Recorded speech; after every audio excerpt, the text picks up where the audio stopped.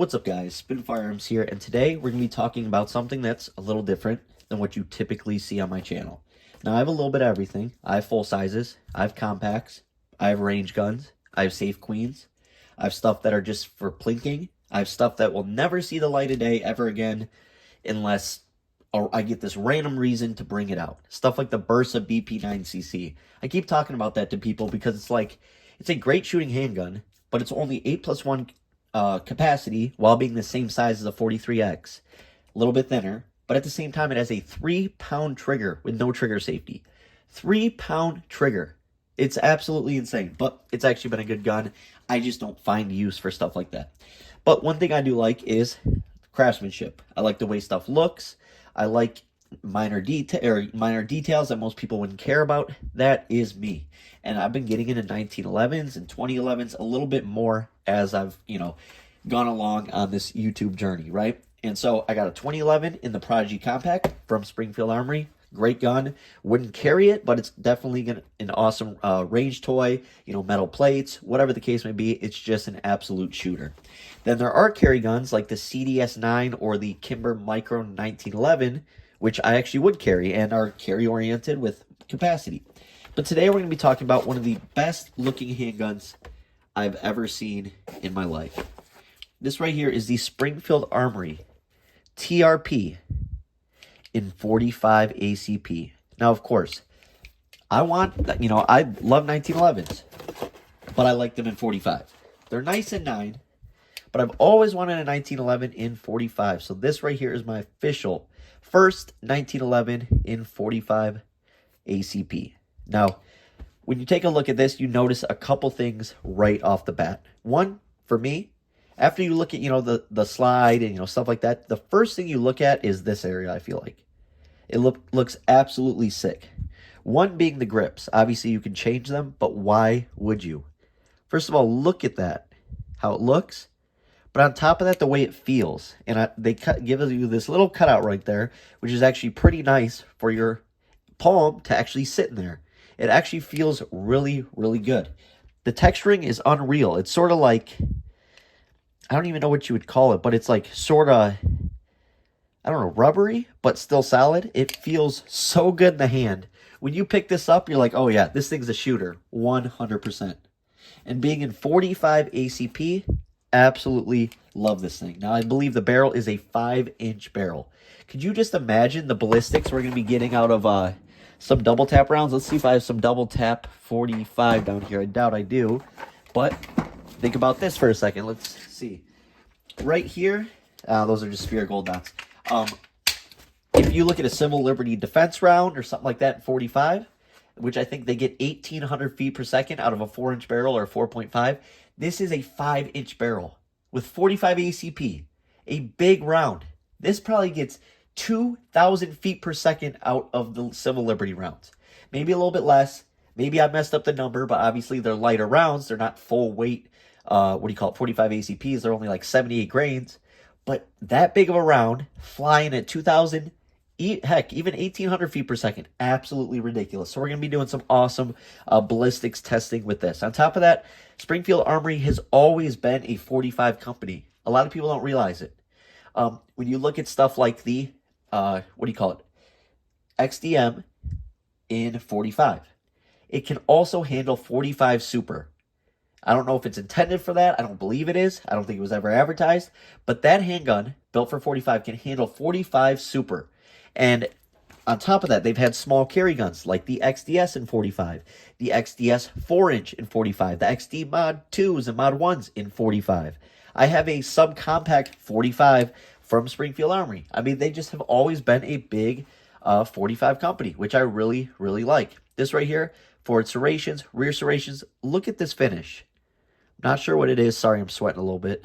Still getting a little bit better every day. But look at the finish on this thing. Absolutely ridiculous. Sorry about my fingerprints, but absolutely sick. On top of that, you have like the Smith & Wesson CSX. These little lines right here, which I've been told, obviously I don't know this is true, but for me, potentially, when you're going to find that sight, that line helps you line it up, right? So, when you're looking here, you sort of see it, and you turn. It sort of helps, but That's what I've been told. I don't know how real that is. Like I said, 5-inch barrel, rail all the way back here. Not sure if I would ever put a light on this thing. Probably not. Optics ready. Pretty sick. Sights, of course, because Springfield always gives you good sights. We got a blacked out rear, just like the Prodigy. And then up front, we have a tritium front sight. So we have, sorry, it's a little light down here still, so you can't really see that as well. But I love these sights. They're the same ones that are on the Prodigy Compact, and they're very easy to shoot with because you have such small gaps, such small margins. That's what I like. You know, some companies like XS have big margins, and that makes it hard for people to shoot. If you have something like a, what do you call it, a Mariglow cap, they're actually really easy to shoot because the margins are so dang small and you're not second guessing or your eyes aren't throwing it off a little bit, whatever the case may be. Point is, they're really, really nice sights, really easy to shoot. On top of that, they are raised a little bit like an XL sight or suppressor height sight.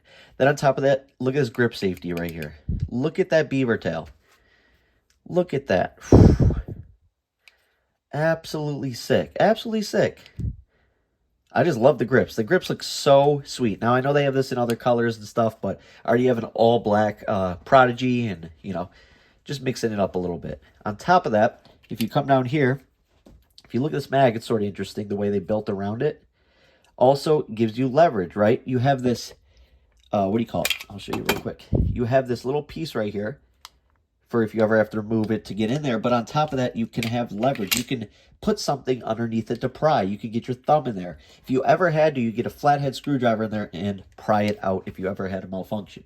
Which brings me back to 2011s at a defensive pistol class I took. During malfunction drills, the only guns that couldn't clear malfunctions were staccatos. 9mm staccato, 2011s. $3,000 guns couldn't clear malfunctions. Tolerance is so tight that the casing just stayed in there and got jammed in the barrel.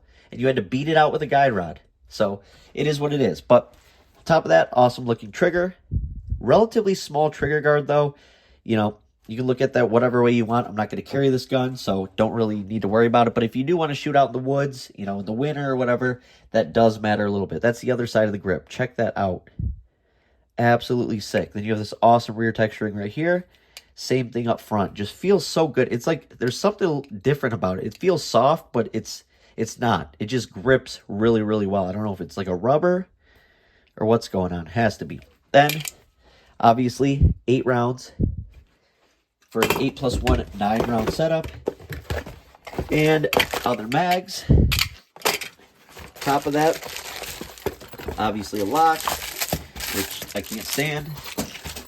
Came with Allen wrench, case. They always come with cases. I sort of wish Springfield would drop the price $3 and not give us this. Just drop it $3. I get it's nice for like the first time you buy a gun and stuff like that, but after that, just if it saves us a little money, we will take it. You know what I mean? Just give us a brown cardboard box. I am all for that. But I guess if you're buying one of these, then it doesn't really matter anyways. Then, of course, we have different optics plates. You will have to potentially order, you know, whichever sight picture you want.